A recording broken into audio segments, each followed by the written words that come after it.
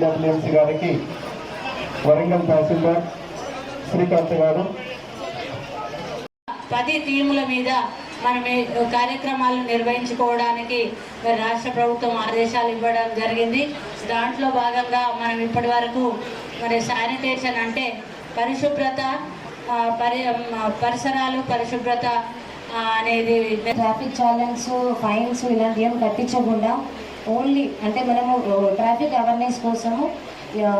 Example Yamadharmaraju చిత్రగుప్తులతో కూడా మేము కొన్ని ప్రోగ్రామ్స్ అనేది కండక్ట్ చేసి ప్రజలలో అవేర్నెస్ ప్రోగ్రామ్ చేయించడం జరిగింది, జరుపుకోవడం జరిగింది. అది 6th ఏప్రిల్ నుంచి 11th ఏప్రిల్ వరకు మనము 6 days వరుసగా ఒక్కొక్క ప్రోగ్రామ్ చేశాము. అందులో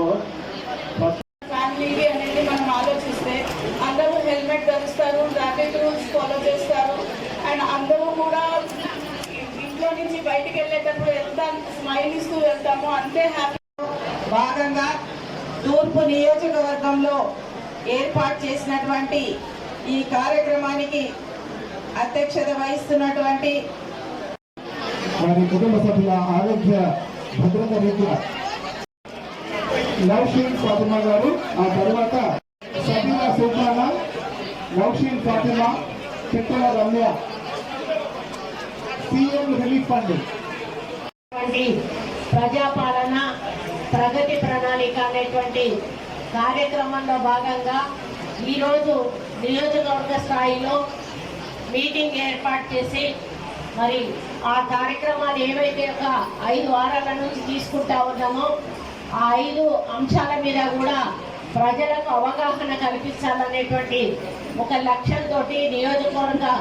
సమీక్షలాగా పెట్టి మరి మిమ్మల్ని అందరినీ కూడా ఆహ్వానించి ఇన్ని రోజులు తీసుకున్న కార్యక్రమాలు ఏంటివి అని అన్నీ కూడా వినడమే కాకుండా మనము చూపెట్టిన వీడియోస్ కూడా మీరు చూడడం జరిగింది. అంటే ఈరోజు ఈ ప్రభుత్వం ఏది చేసినా కూడా ప్రజల సంక్షేమం కోసం, ప్రజల అభివృద్ధి కోసం నిస్వార్థంగా మరి పార్టీలకు అతీతంగా చేస్తుంది అని చెప్పడానికి